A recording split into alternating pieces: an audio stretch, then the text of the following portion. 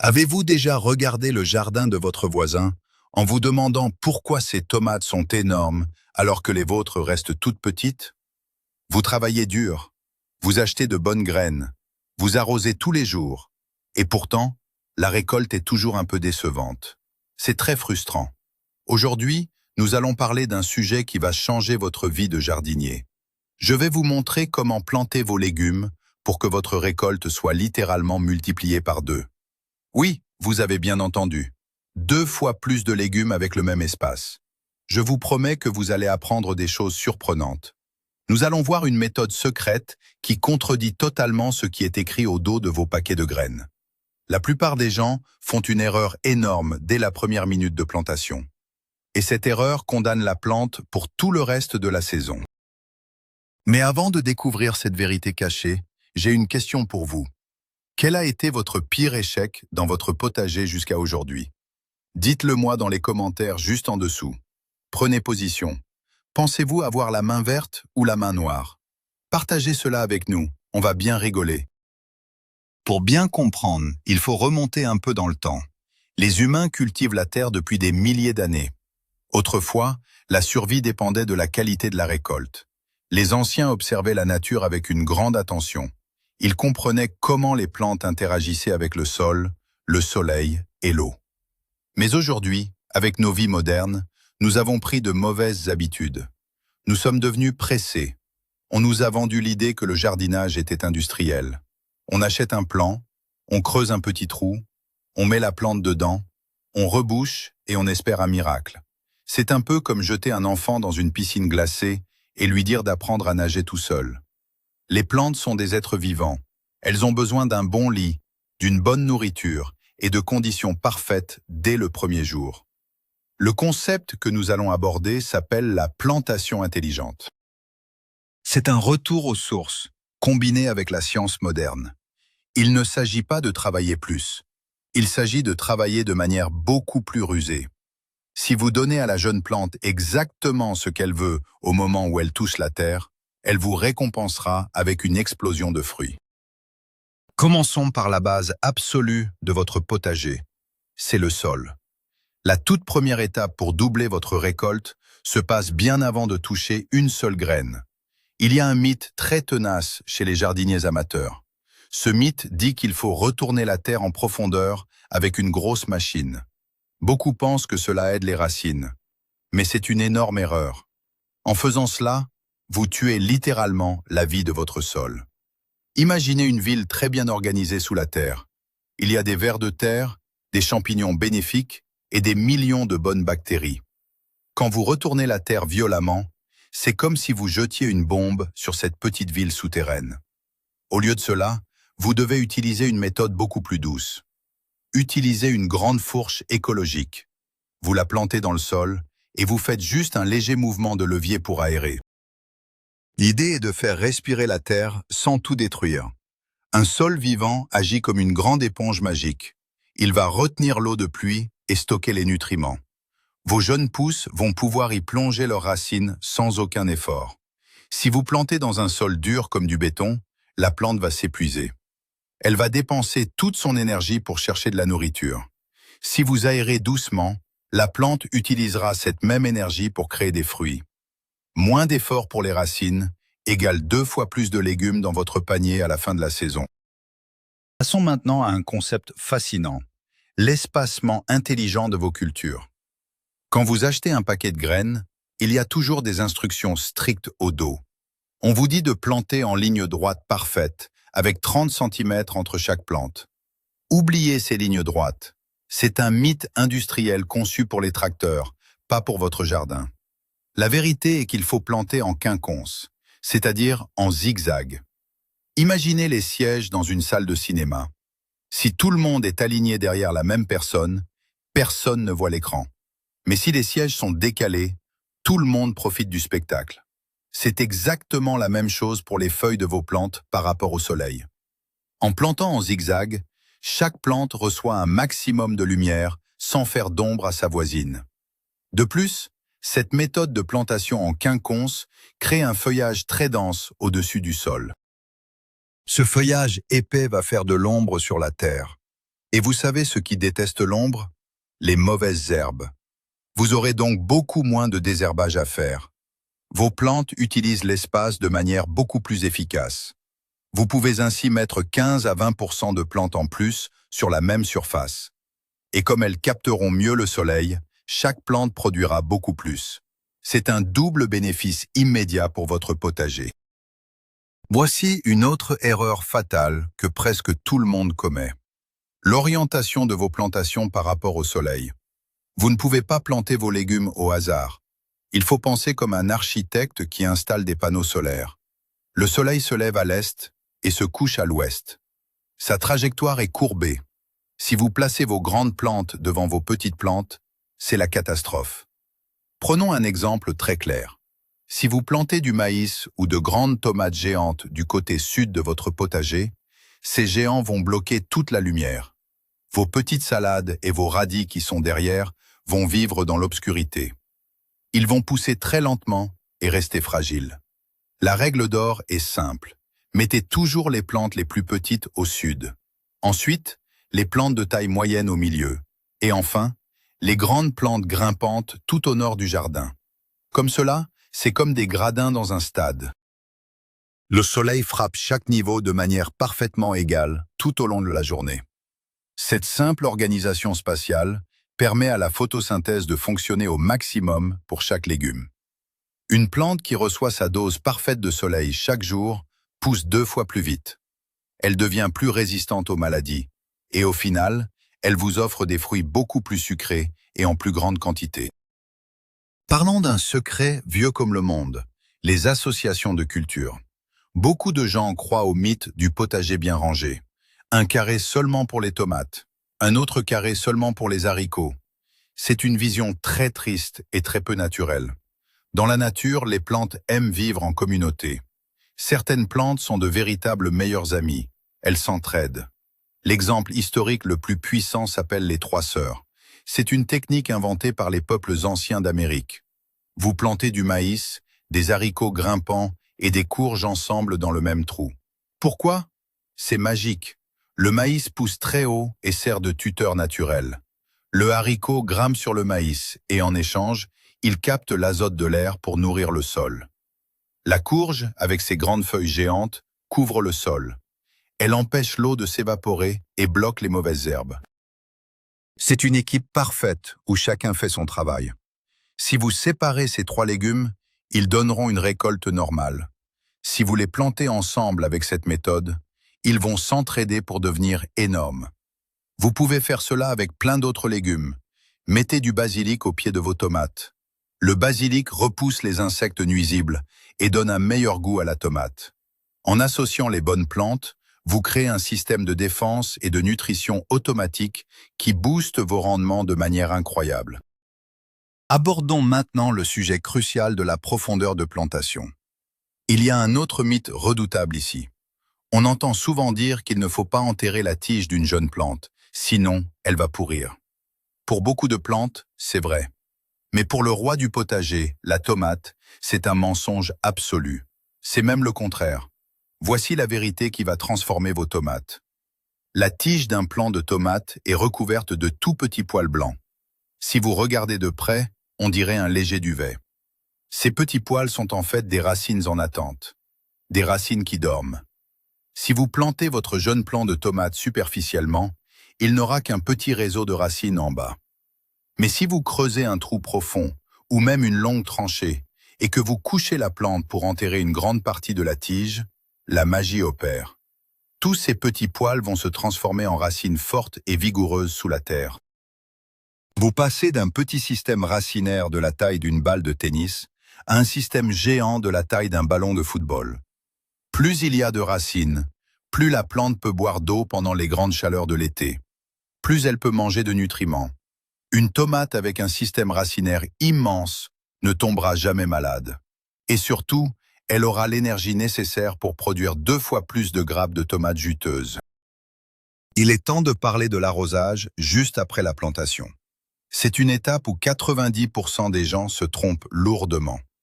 Le mythe classique est de croire qu'une jeune plante a besoin d'un petit peu d'eau tous les jours. Alors, Les jardiniers viennent chaque soir avec leur arrosoir et mouillent juste la surface du sol pendant quelques secondes. C'est une terrible erreur. En arrosant un peu tous les jours, vous rendez vos plantes paresseuses. L'eau reste en surface. Alors, les racines de la plante restent aussi près de la surface pour boire cette eau facile. Le jour où il fait très chaud et que vous oubliez d'arroser, la surface sèche très vite et vos racines brûlent en quelques heures. La plante meurt. La vérité est qu'il faut entraîner vos plantes comme des athlètes. Dès la plantation, vous devez arroser de manière très abondante, mais très rarement. L'idée est d'envoyer l'eau très en profondeur dans le sol. Donnez beaucoup d'eau, puis laissez la surface sécher pendant plusieurs jours. C'est comme une chasse au trésor pour la plante. Pour trouver à boire, elle va devoir faire descendre ses racines très profondément dans la terre, là où il fait frais et où l'humidité reste constante. Une plante avec des racines profondes devient invincible face à la sécheresse estivale. Elle ne stresse pas. Et une plante sans stress consacre toute sa force à produire des légumes volumineux et lourds. Voici un secret que vous devez appliquer le jour même de votre plantation. C'est le paillage. Regardez bien la nature autour de vous. Allez dans une forêt ou dans une prairie naturelle. Est-ce que vous voyez de la terre nue et marron? Jamais. La nature déteste la terre nue. Elle couvre toujours le sol avec des feuilles mortes, des branches ou de l'herbe. Laisser la terre de votre potager nue sous le soleil, c'est comme sortir en plein hiver sans aucun vêtement. Le sol souffre. Le soleil brûle les bactéries bénéfiques en surface. La pluie tasse la terre et forme une croûte dure comme de la pierre. L'eau s'évapore en quelques heures. La solution miracle est d'appliquer un épais manteau protecteur dès que vous avez fini de planter. Mettez au moins 10 cm d'épaisseur de paille, de foin ou de feuilles mortes autour de vos jeunes plantes. Ce paillage est magique. Il agit comme un parasol géant en été, gardant la terre bien fraîche et humide. Vous diviserez par 4 vos besoins en arrosage. Ensuite, en se décomposant lentement, ce paillage va se transformer en un repas 5 étoiles pour vos vers de terre. Ils vont travailler jour et nuit pour vous, créant un engrais gratuit et ultra puissant. Vos plantes plantées dans un sol frais et riche vont pousser à une vitesse vertigineuse. C'est un multiplicateur de récolte absolument garanti. Avez-vous déjà pensé au moment exact de la journée où vous mettez vos plantes en terre? Cela semble être un détail sans importance, n'est-ce pas? Pourtant, cela change tout. Beaucoup de jardiniers aiment jardiner le dimanche matin. Ils achètent leurs plantes, le soleil brille, et ils plantent tout vers 11 heures du matin ou midi. C'est un comportement très dangereux pour les jeunes pousses. Imaginez que l'on vous arrache de votre lit confortable et qu'on vous lâche en plein milieu du désert à midi sous un soleil de plomb. Vous seriez en état de choc. C'est exactement ce que ressent une petite plante qui sort de sa serre humide et qui est jetée dans le potager en plein soleil. Elle subit un choc de transplantation. Ses feuilles vont tomber, elle va arrêter de grandir pendant 2 semaines pour s'en remettre. Vous perdez un temps précieux sur la saison. La vérité, c'est qu'il faut toujours planter en fin d'après-midi. L'idéal est même de choisir une journée nuageuse ou avec une petite pluie fine. En plantant le soir, la jeune plante a toute la nuit pour s'installer tranquillement. Elle profite de la fraîcheur nocturne et de la rosée du matin. Elle peut commencer à étirer ses racines dans le sol sombre sans subir le stress écrasant du soleil brûlant. Une plante qui démarre sans stress est une plante qui prend une avance incroyable sur sa croissance. Et cette avance se transforme en kilos de légumes supplémentaires. Penchons-nous sur ce qui se passe quand vous sortez la plante de son petit pot en plastique noir. Très souvent, la plante est restée trop longtemps dans ce contenant. Qu'est-ce qui se passe à l'intérieur? Les racines, n'ayant plus de place, commencent à tourner en rond au fond du pot. Elles forment un bloc très dur et complètement emmêlé. Beaucoup de gens prennent cette mode de racines compactes et la mettent directement dans le trou de plantation. C'est une erreur catastrophique. Si vous faites cela, les racines vont continuer à tourner en rond sur elles-mêmes, même dans la terre de votre jardin. Elles ne vont pas explorer le sol. La plante finira par s'étrangler elle-même. La technique secrète est simple, mais cruciale. Vous devez griffer la motte. Prenez vos doigts et massez doucement le fond de la motte de terre. Tirez délicatement sur les racines pour les libérer. C'est exactement comme démêler des cheveux longs avec une brosse. Il faut casser ce cercle vicieux. N'ayez pas peur de casser quelques toutes petites racines au passage. Cela va stimuler la plante. En étalant bien ces racines démêlées au fond du trou de plantation, vous leur donnez une nouvelle direction. Elles vont tout de suite plonger vers le bas et sur les côtés pour chercher des ressources. Ce simple geste de quelques secondes permet à votre plante de doubler son volume racinaire en très peu de temps. Voici un concept souvent ignoré qui peut ruiner des mois d'efforts. Le secret de la température du sol. Au printemps, dès qu'il y a un rayon de soleil et que l'air devient doux, tout le monde se précipite pour planter les légumes d'été. On plante les courgettes, les melons et les piments. Mais c'est une énorme illusion d'optique. Le mythe est de croire que si l'air est chaud, tout va bien. La vérité, c'est que la température de l'air n'a aucune importance pour les racines. Ce qui compte, c'est la température du sol à 10 cm de profondeur. La terre est lourde et met des semaines à se réchauffer après l'hiver. Si l'air est à 20 degrés, mais que la terre est à seulement 10 degrés, mettre une tomate dans ce sol est une torture. C'est comme sauter dans une baignoire remplie de glaçons. La plante va se bloquer. Elle va devenir violette. Elle arrêtera complètement de grandir et attrapera toutes les maladies qui passent. Soyez patient. Touchez la terre avec vos mains. Si elle vous semble glaciale, attendez une semaine de plus. Une plante mise en terre 10 jours plus tard, mais dans un sol bien chaud, rattrapera et dépassera largement une plante installée trop tôt dans un sol froid. Le confort thermique des racines est le bouton d'allumage secret de la croissance. Si vous attendez le bon moment, la plante va littéralement exploser de vitalité dès le premier jour. Parlons d'un produit presque magique que peu de jardiniers amateurs utilisent, les mycorhizes. Derrière ce nom un peu scientifique se cache le plus grand secret de la nature. Il s'agit de minuscules champignons bénéfiques. Dans une forêt naturelle, ces champignons sont partout. Mais dans nos jardins modernes, ils ont souvent disparu. Le mythe est de penser que la plante se débrouille toute seule pour manger. La vérité, c'est que dans la nature, la plante passe un accord secret avec ses petits champignons. Quand vous plantez, vous pouvez acheter une petite poudre de mycorhize. Vous saupoudrez cela directement sur les racines de votre légume avant de le mettre en terre. C'est spectaculaire. Ces champignons vont s'attacher aux racines et créer des milliers de petits filaments ultra fins dans la terre. Ils agissent comme une véritable armée de livreurs à domicile pour votre plante. Ces filaments vont chercher de l'eau et du phosphore beaucoup plus loin que ce que les racines normales peuvent atteindre. Ils rapportent cette nourriture à la plante. En échange, la plante leur donne un peu de sucre. C'est ce qu'on appelle l'Internet souterrain. L'utilisation de cette petite poudre naturelle au moment de la plantation va multiplier la surface d'absorption de vos racines par 100. Vous obtenez des plantes géantes, gorgées de nutriments, sans ajouter une seule goutte d'engrais chimique. Je vais vous confier une vieille technique de grand-mère qui a fait ses preuves depuis des siècles. Le pralinage des racines.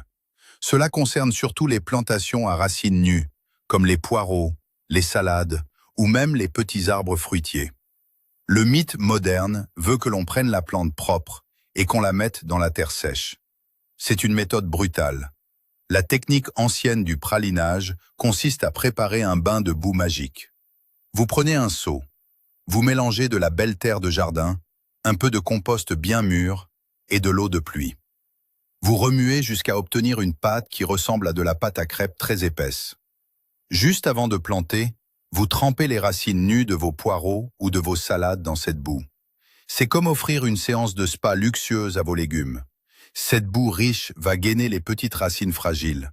Elle empêche l'air de les dessécher pendant la manipulation. Et surtout, elle met immédiatement les racines en contact intime avec la terre et les nutriments dès que vous les placez dans le trou. Il n'y a plus de poche d'air mortelle autour de la racine. La reprise de la croissance est immédiate. Vos poireaux vont épaissir 2 fois plus vite car ils n'ont pas subi le stress de se retrouver à nu dans un sol inconnu. C'est un petit effort qui rapporte gros. Continuons avec une stratégie essentielle, la rotation des cultures accélérée. Beaucoup de gens trouvent un bel endroit très ensoleillé dans leur jardin et y plantent leurs tomates. L'année suivante, comme ça a bien marché, ils replantent des tomates exactement au même endroit. Et ainsi de suite pendant 5 ans. C'est une recette pour un désastre total. Imaginez que vous mangiez seulement des pommes de terre tous les jours pendant 1 an. Vous auriez de graves carences. La terre fonctionne de la même manière. Chaque famille de légumes a ses préférences. Les tomates mangent énormément de certains minéraux précis. Si vous les laissez toujours au même endroit, elles vident le garde-manger. De plus, les insectes nuisibles et les maladies spécifiques à la tomate vont s'installer confortablement dans la terre pour passer l'hiver. Au printemps suivant, ils attendront vos nouvelles tomates avec impatience. La règle absolue est de faire tourner vos légumes. Là où vous avez mis des tomates très gourmandes, plantez l'année suivante des haricots ou des pois. Ces plantes vont recharger la terre en azote. L'année d'après, mettez des légumes racines comme les carottes qui vont utiliser cet azote pour pousser profondément. En faisant tourner intelligemment l'emplacement de vos plantations, vous évitez les maladies et vous gardez un sol extrêmement riche. C'est la garantie d'une récolte maximale année après année, sans utiliser le moindre produit chimique traitant. Voici un concept qui va vous paraître contre-intuitif au début. Semer pour ne pas récolter. Cela s'appelle utiliser des engrais verts. On pense souvent que la seule chose qui a le droit de pousser dans le potager, c'est ce que l'on va manger. C'est un mythe tenace de la rentabilité immédiate. La vérité est que la terre a besoin de vacances productives. Si vous avez un espace vide dans votre potager pendant quelques semaines, ne le laissez jamais nu. Plantez des graines très spécifiques, comme de la moutarde, du trèfle ou de la facélie. Ces plantes ne sont pas pour votre assiette. Elles sont faites pour nourrir le sol. C'est comme déposer de l'argent sur un compte d'épargne. Ces plantes poussent très vite. Leurs racines puissantes vont percer et aérer les sols les plus durs. Elles vont aspirer des minéraux profonds et les remonter dans leurs feuilles. Juste avant qu'elles ne fassent des graines, vous les coupez à la base. Vous laissez toutes ces feuilles vertes pourrir doucement sur le sol. C'est le meilleur engrais naturel au monde. Lorsque vous allez planter vos véritables légumes dans ce sol quelques semaines plus tard, l'endroit sera une véritable mine d'or nutritionnelle. La terre sera souple, noire et pleine de vers de terre. C'est un investissement en temps minime qui propulse les rendements de vos prochaines récoltes à des niveaux incroyables. Parlons d'un ennemi invisible qui détruit vos récoltes en silence. Le vent. Souvent, on se focalise uniquement sur le soleil et l'eau, mais le vent fort est un tueur de légumes. Imaginez-vous en train de marcher face à une tempête de vent glacial ou très sec pendant des heures. Vous seriez épuisé. C'est pareil pour vos plantes. Un vent constant secoue brutalement les jeunes tiges. La plante prend peur. Au lieu de faire des fruits, elle dépense toute son énergie à créer une tige très épaisse et dure, juste pour ne pas casser. De plus, le vent souffle sur les feuilles et évapore toute l'eau de la plante à une vitesse folle. Vos légumes ont soif en permanence. Le grand secret des jardiniers professionnels est de créer des microclimats au moment de la plantation. Vous devez protéger vos jeunes plantations. Utilisez des astuces simples. Plantez une ligne de maïs ou de grands tournesols du côté d'où vient le vent dominant.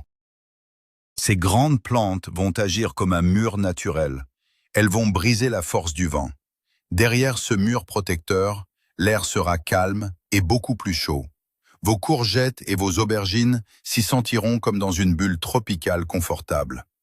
En supprimant le stress mécanique et le dessèchement dû au vent, vos légumes vont pousser de manière beaucoup plus détendue et généreuse. Abordons un petit secret de chimiste naturel à appliquer directement dans le trou de plantation. L'apport de calcium ciblé.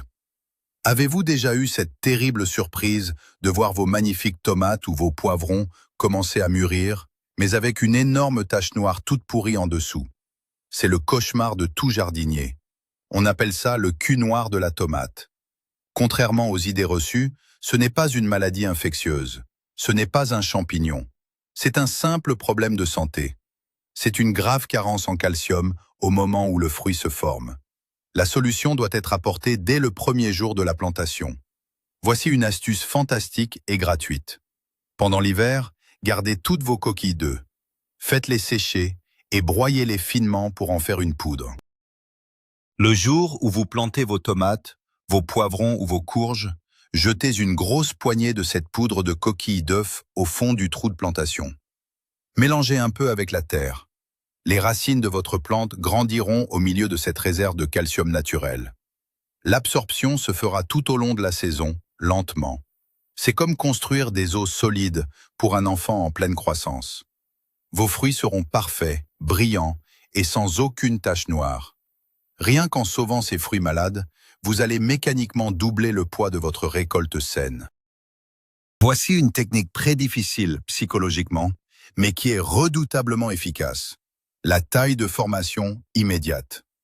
Quand on achète un jeune plant de poivron ou de piment à la pépinière, il y a souvent déjà une jolie petite fleur dessus, voire un minuscule poivron. Le mythe veut qu'on soit très heureux de cette avance et qu'on plante avec fierté en espérant manger ce légume très vite. C'est un piège mortel pour la plante. La vérité, c'est que la plante n'est encore qu'un bébé. Elle n'a pas la carrure nécessaire pour nourrir un fruit. Si vous laissez cette première fleur, la petite plante va envoyer 100% de son énergie pour faire grandir ce petit poivron. Elle arrêtera de faire des feuilles et des racines. Vous aurez un petit légume rapide, et ensuite, la plante végétera tout l'été. Il faut être courageux. Le jour de la plantation, vous devez pincer et retirer impitoyablement toutes les premières fleurs et tous les mini-fruits présents sur la jeune plante. Oui, ça fait mal au cœur, mais regardez ce qui se passe. La plante, libérée de ce fardeau précoce, va rediriger toute son énergie vers ses racines et ses branches. Elle va tripler de volume en quelques semaines. Elle deviendra un véritable petit buisson robuste. Et quelques semaines plus tard, au lieu de vous donner une ou deux fleurs fragiles, elle en produira une vingtaine en même temps. Votre acte de courage initial se transformera en une véritable avalanche de légumes. Explorons une notion tirée de l'observation des forêts sauvages, l'effet de lisière. Dans un potager classique, on a tendance à vouloir tout séparer. Le gazon d'un côté, le potager au milieu et des allées de terre nue tout autour. C'est très propre, mais c'est mortel. Le mythe est de croire que l'ordre strict favorise la production. La vérité scientifique, c'est que la nature est la plus riche et la plus productive sur les bordures, là où deux milieux différents se rencontrent. Par exemple, la lisière entre une forêt et une prairie. C'est là qu'il y a le plus d'oiseaux, d'insectes et de diversité. Vous devez recréer cet effet sur les bords de votre potager lors de vos plantations. Ne laissez pas les bordures de vos parcelles vides. Plantez-y des choses utiles. Mettez-y des fleurs géantes comme les œillets d'Inde ou la bourrache. Plantez des herbes aromatiques touffues comme le thym ou le romarin sur tout le périmètre. Ces bordures denses et fleuries vont attirer une armée de renforts. Des millions d'abeilles viendront polliniser vos courgettes pour assurer la formation des légumes. Des petits insectes prédateurs viendront s'y cacher la nuit pour aller dévorer les pucerons nuisibles le jour. En plantant intelligemment vos bordures, vous créez un bouclier de vie autour de vos légumes. Vous n'aurez plus besoin de produits toxiques et vos rendements grimperont en flèche grâce à une pollinisation parfaite. Je veux partager avec vous une astuce concernant les semis que vous faites à la maison avant de les planter dehors. Le repiquage intermédiaire en godet profond. Beaucoup de gens sèment leurs graines dans de toutes petites barquettes. Puis, quand les plantes font 5 cm, ils les mettent directement dans la terre du jardin. C'est souvent trop brutal. Le système racinaire est encore très fragile. La technique professionnelle consiste à faire une étape supplémentaire. Quand vos petites plantes font quelques centimètres, sortez-les de leur barquette et transplantez-les dans un pot individuel assez profond. Un simple grand gobelet recyclé percé au fond est parfait. Remplissez-le de très bons terreaux. Pourquoi faire cela? Parce que pendant les semaines qui suivent, la petite plante va explorer ce grand pot protecteur. Ses racines vont pouvoir descendre bien droit et en profondeur, à l'abri du froid extérieur, des limaces affamées et du vent. Imaginez que vous donnez une très grande chambre sécurisée à un adolescent pour qu'il se développe tranquillement. Lorsque viendra le grand jour de la plantation définitive au potager, vous ne mettrez pas en terre un bébé fragile, mais un jeune adulte plein d'énergie, avec une motte de racines longue de 15 cm. Cette plante va littéralement dévorer l'espace dès le premier jour en pleine terre. C'est une astuce de champion pour assurer 100% de réussite. Pour terminer notre tour d'horizon de la plantation parfaite, Il y a un outil que vous devez absolument utiliser. Et ce n'est pas une pelle ni un arrosoir. C'est l'observation et le journal de bord.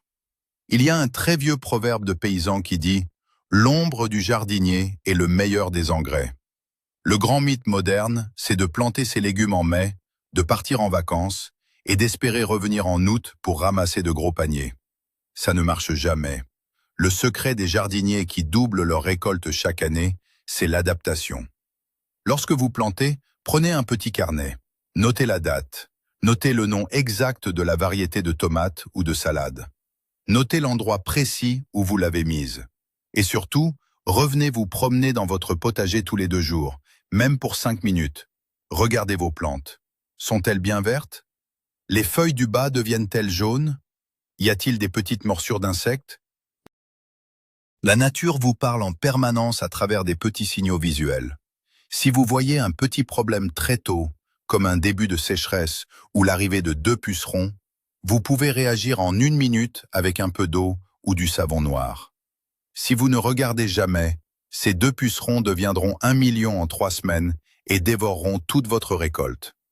Planter intelligemment, c'est bien, mais accompagner vos plantes de votre présence attentive, c'est la garantie absolue de multiplier vos résultats à l'infini. Et voilà, la boucle est bouclée. Le véritable secret pour avoir des récoltes incroyables ne réside pas dans des produits chimiques miracles ou dans des heures de travail acharnées à retourner la terre. Voilà le grand retournement de situation de cette vidéo. Pour obtenir 2 fois plus, il faut souvent intervenir avec beaucoup plus de douceur. C'est en respectant la nature du sol, en associant les bonnes plantes comme de véritables amis, en chouchoutant les racines dès le premier jour de la plantation et en protégeant vos cultures du vent et de la terre nue, que vous allez déclencher une véritable explosion de vie dans votre potager. L'idée forte à retenir est que la réussite de 100% de votre saison d'été se joue exactement dans les 5 minutes où vous mettez votre petite plante dans la terre. Préparez-lui un lit luxueux et elle vous le rendra au centuple. Je vous remercie infiniment d'avoir suivi cette vidéo jusqu'au bout. Si vous avez appris ne serait-ce qu'une seule nouvelle chose aujourd'hui, n'oubliez pas de vous abonner à la chaîne et de cliquer sur la petite cloche pour soutenir notre travail. Mettez un gros pouce bleu, ça aide énormément la chaîne à grandir. Et maintenant, c'est à vous de jouer. Parmi ces 20 astuces de plantation que nous venons de voir, laquelle allez-vous tester en premier dans votre potager dès demain matin? Répondez-moi dans les commentaires. J'ai hâte de vous lire et d'en discuter avec vous.